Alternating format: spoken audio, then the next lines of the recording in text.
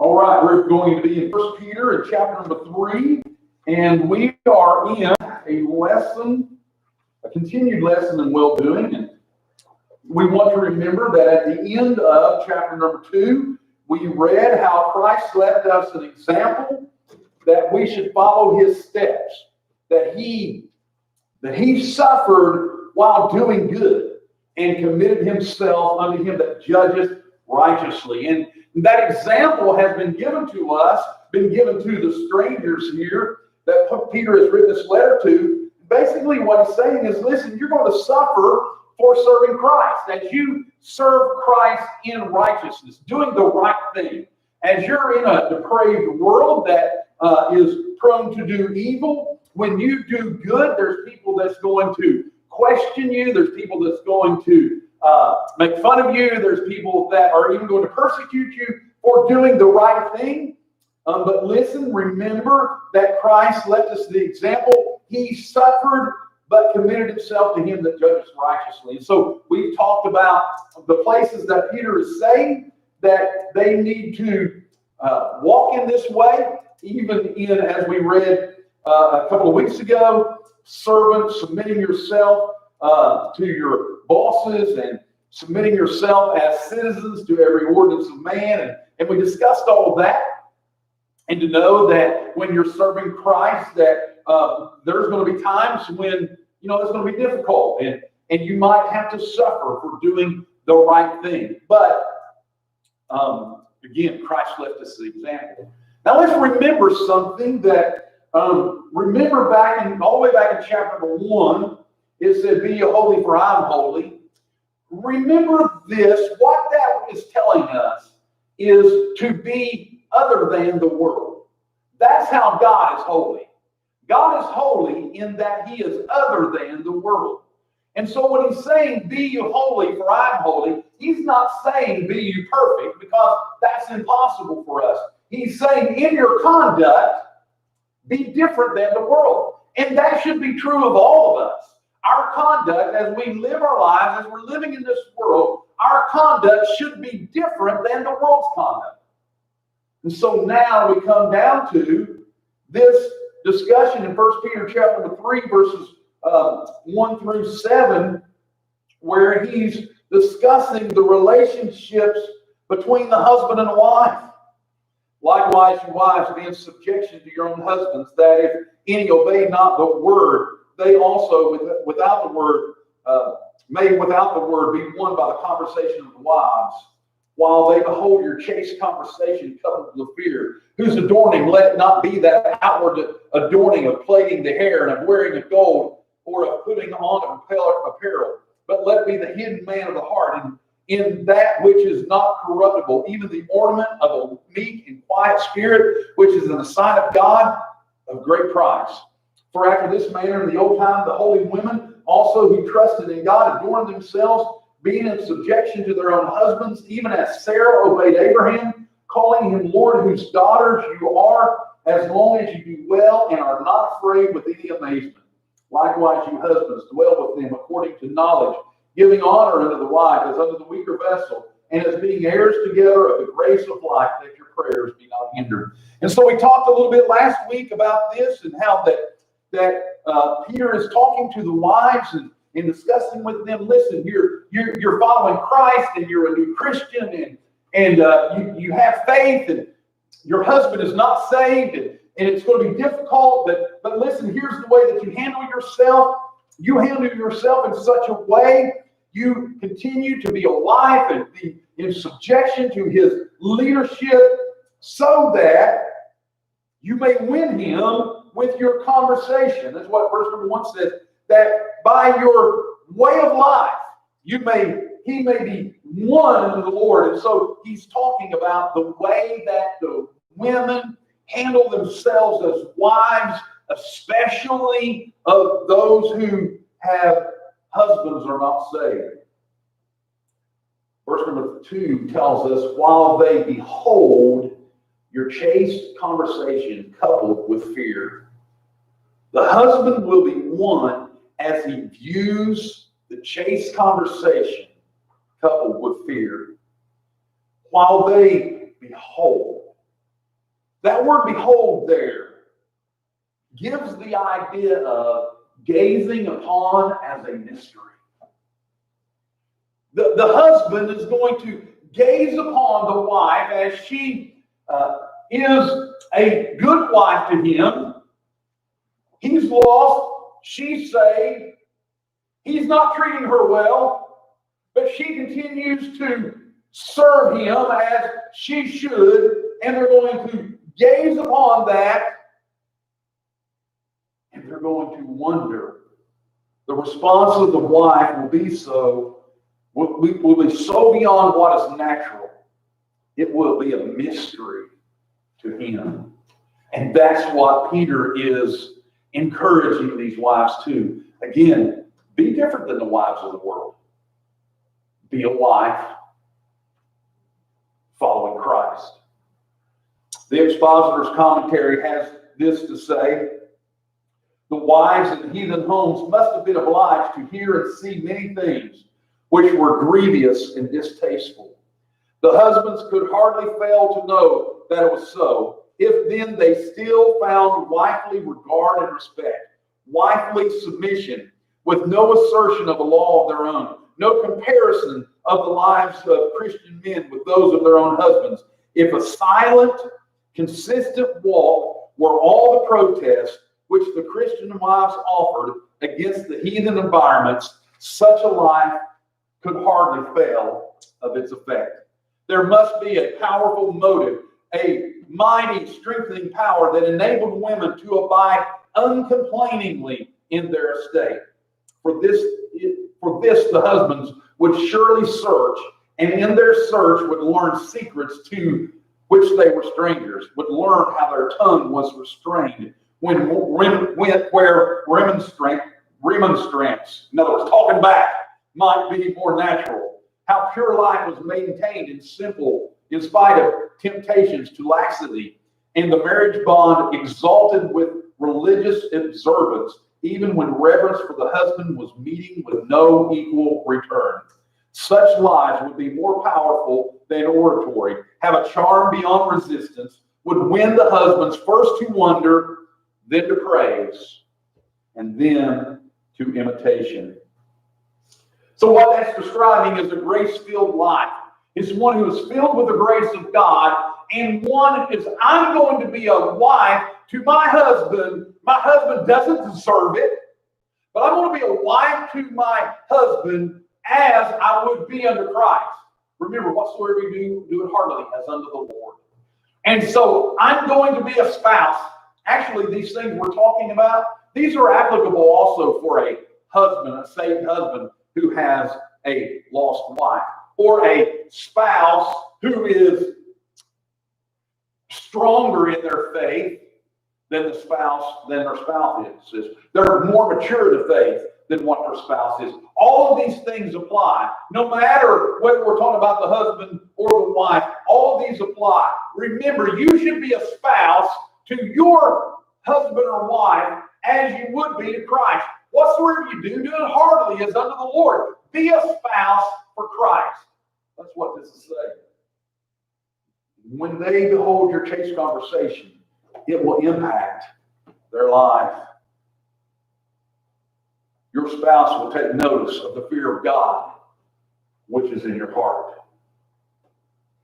Verse 3 says, whose adorning, let it not be that outward adorning of plaiting the hair and of wearing of gold or of putting on of apparel, but let it be the hidden man of the heart, in that which is not corruptible, even the ornament of a meek and quiet spirit, which is in the sight of God a great price. You know, why does Peter make mention of this to these Jewish believers? Well, let's hold your place there, and let's turn over to the book of Isaiah in chapter number 3. What was the characteristics of the ladies of Israel in and about the time of the captivity, and as we carry on into the history of Israel? In Isaiah chapter number 3, I'm going to begin reading in verse number 16.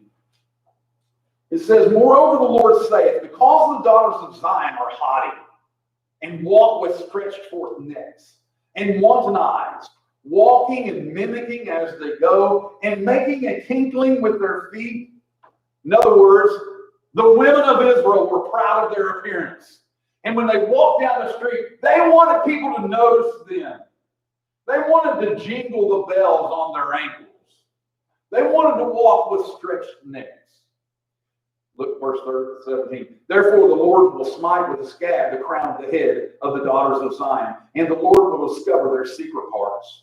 In that day the Lord will take away the bravery of their tinkling ornaments about their feet, and their calls, and their round tires like the moon, the chains and the bracelets and the mufflers, the bonnets and the ornaments of the legs and the headbands, and the tablets and the earrings, the rings and nose jewels, the changeable suits of apparel, and the mantles and the whipples and the crisping pins, the glasses and the fine linen and the hoods and the veils. And it shall come to pass that instead of sweet smell, there shall be a stink, and instead of a girdle, a rend, and instead of a well-set hair, baldness, and instead of a stomacher, a girding of sackcloth, and a burning instead of beauty.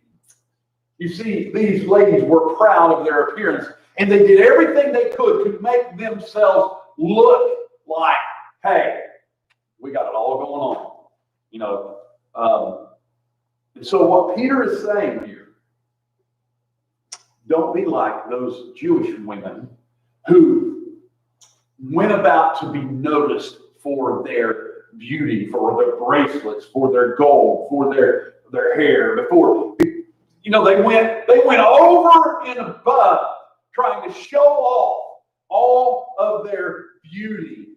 The daughters of Israel were full of pride. They exalted their position over others because of their outer attire. Peter is acknowledging for these women to remember the simplicity of Sarah. She acknowledged the order which God has established. God has established, and I'm just going to read this to you. You know it already, Genesis 3:16. But the order that God has established. Unto the woman he said, I will greatly multiply thy sorrow and thy conception. In sorrow thou shalt bring forth children, and thy desire shall be to thy husband, and he shall rule over thee. The husband is the head of the wife. And so, listen, this struggle between a husband and wife for the challenge of authority in the home, listen, that's part of the fall. That's why there's that struggle, because God says the wife is going to, her desire is going to be under her husband. And the woman is trying to always throw that off. That's part of the fall. That struggle between a husband and wife. And so what he's saying here is what Peter is telling these ladies there, back in 1 Peter 3:5, for after this manner in the old time, the holy women also who trusted in God adorned themselves, being in subjection unto their own husbands, even as Sarah obeyed, calling Abraham, calling him Lord, whose daughters you are, as long as you do well and are not afraid with any amazement. What's he saying? Acknowledge the order that God has established. What kind of adorning are you to have? Your trust in God. Peter is encouraging these ladies to concentrate on building godly character. Be strengthened with might in the inner man. Live without corruption. Be meek. Have a quiet spirit. These are the characteristics of the one who is trusting in God. Be known for these virtues, not because of your outward appearance. And so you see that what Peter's saying is, listen, you be a wife different than the wives of the world. You be a wife who loves her husband and honors her husband and follows her husband's leadership. And you two are a team together, and you work together with your husband so that people will notice that your relationship between you and your husband is different than the relationships that are in the world. Remember, be holy, be separate than the world. You be a wife different than the wives that are in the world. And so this is what Peter is encouraging them to do, even though, remember, even though your husbands may not respect you, Even though your husband may not treat you as he should, your husband ought to honor you as his wife, as his gift from God. And if he doesn't honor you that way, you still love him and serve him because that's what you're called to do.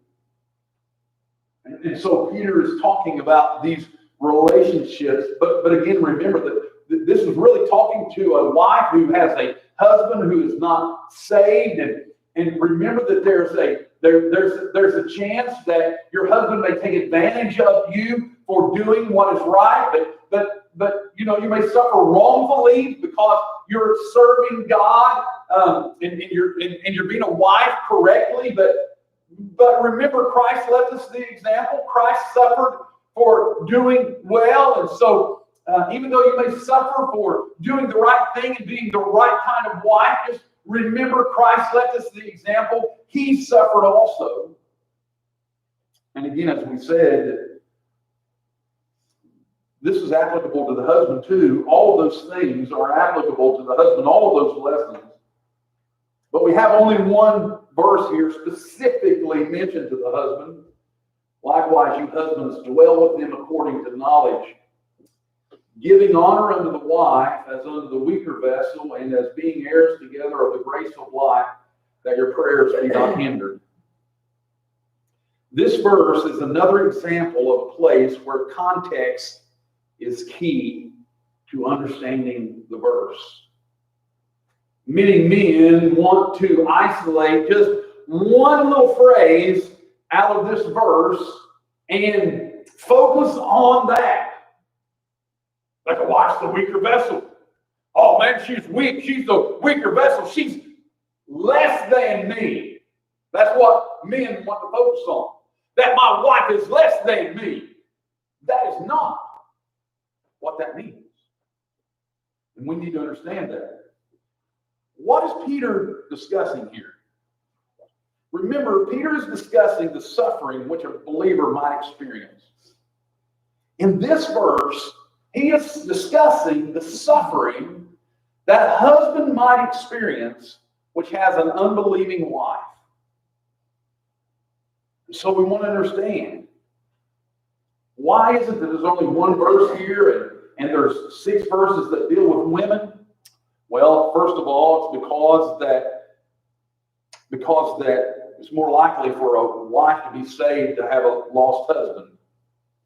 So there's going to be more verses discussing a wife. But also remember, it is more difficult for a wife to walk in faith if she has an unbelieving husband who wants to take advantage of his position. And thirdly, again, as we've already said, it is because all of those other verses, those other 6 verses, apply to the husband. You can make even application of let what you're known for be known for as a husband is the hidden man of the heart. Not because you're strong, not because you're wealthy, not because, but because let it be known for you have those characteristics of being meek and quiet and trusting God, and a man of faith, and a man of integrity, and a man of truth, and a man of love and compassion, and all those things. See, let you be known for the characteristics of your heart, not because of your outward appearance. All of those things are applicable to the husband too. But verse number 7, he specifically mentions things that are unique to the husband. You see, a Christian husband should treat his wife differently than a heathen husband. Remember, earlier, Peter encouraged to honor. And here again it is in verse number 7. Give honor unto the wife. Now, Christian husbands need to pay attention to this too. You should honor your wife. You should treat your wife as a gift, not something lesser than. She's not as intelligent. She's not as wise. She's not as strong. And if you talk down to her, that's not honoring her. Listen, you should anticipate, just like a dog. What happens to a dog if you continually beat it down? Before long, the dog is beat down. Or it's going to rebel, right? It's going to bite you if you continually beat it down. And so if a husband is always beating down his wife and telling her how dumb she is and telling her how she's no good and telling her how she's not what she ought to be, before long, you know what? She's not going to be those things. Before long, she's going to quit crying, or she might rebel. Husbands, Christian husbands, we should not treat our wives that way. We should treat them for what they are.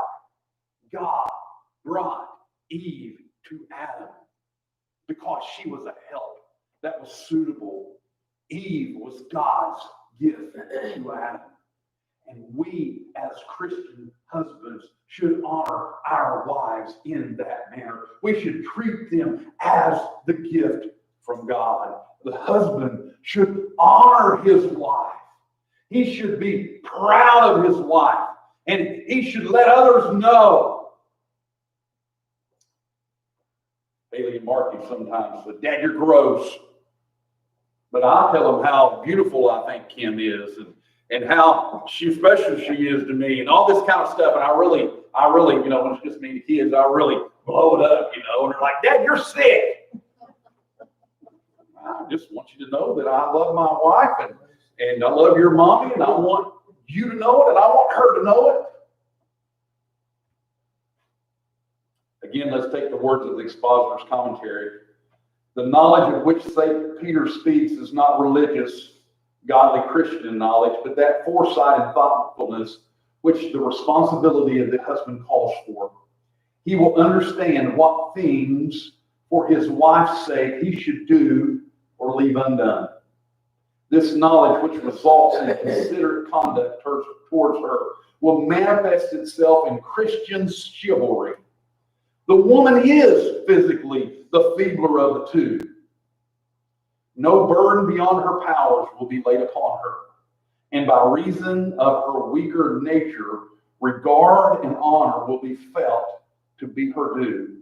For the woman is the glory of the man. You see, she is the weaker vessel. God made her weaker physically and emotionally. God made her that way so that she can be a helpmeet to you. And what we are to do as husbands is to understand the disposition of our wives and to love them and to honor them for what they are. They are the weaker vessel. And so we should honor them as such. And as it says, not put more upon them than we should. So honor them because they are the glory. The woman is the glory of the man. The gift from God, the help suitable. The husband should treat his wife as such. Husbands, love your wives. If she is unbelieving, don't treat her as a second-class citizen. Love her, honor her, cherish her, even as Christ loved the church and gave himself for her. Live with her as an heir of grace. Isn't that what it is? It says there at the end of verse 7, as being heirs together of the grace of life. Peter is reminding the husband of the responsibility to honor his wife. Live with her as if she is the heir of grace. Just as the wife is encouraged to honor her husband as the head of the home, the husband is encouraged to love his wife. The love which the husband displays for the wife should be as is she is an heir to grace. Don't dishonor the wife because she is yet believing, or yet unbelieving, or yet because she is not as mature in the faith as you. Just remember who she is and love her and honor and cherish her and try to build her up, try to pick her up, try to make her into what you want her to be. And let's remember, husbands, why should this be important to us? Look at the end of verse 7. That your prayers be not hindered. David said in Psalm 66 and verse 18, If I regard iniquity in my heart, the Lord will not hear me. Husbands, this is a promise. That if you mistreat your wives, your prayer life will be hindered. If you do not honor her and live with her as an heir of the grace of life, your prayers will be hindered. So treat your wife in such a way that your prayers will not be hindered. That's a powerful statement. That's a shocking statement to us. Why is it that stipulation is put on the husband but it's not on the wife? Remember what I've always told you. The man is the head of the home. The man is the responsible party. The man is the one that should lead for Christ.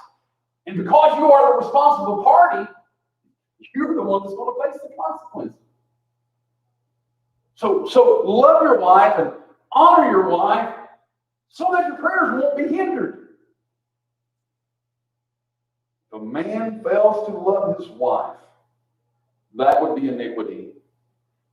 And that can hinder the prayers of God in your life. I wonder how many difficulties arise in life because a husband does not honor his wife through love. Remember, we're called to be different than the world. We're called to be saints. We're called to be holy as Christ is holy. Wives, you are to be a wife, not like the world, but like you are living for Christ. Husbands, you're to be a husband, not like the husbands of the world, but a husband as described in the Word of God, loving and honoring your wife. We are to be different than the world. And Peter's explaining that to us. And he's saying, listen, you may suffer because of the way that you are a spouse. But remember, Christ left us an example. He suffered, though he was living righteously, and we have that example to follow. If we're following him, we need to understand that maybe we will suffer for living righteously. Hey, Peter's getting into some difficult stuff. He's stomping on our toes. He's showing us how important it is the way we live. And it's a good lesson for us. And I pray this has been a blessing to you. Heavenly Father, we thank you for this day. We thank you for this time to dig into your word. And we thank you for the authority of your word. I pray that you bless your people tonight. Thank you for your goodness to us. In your name, Jesus Christ's name, we pray. Amen.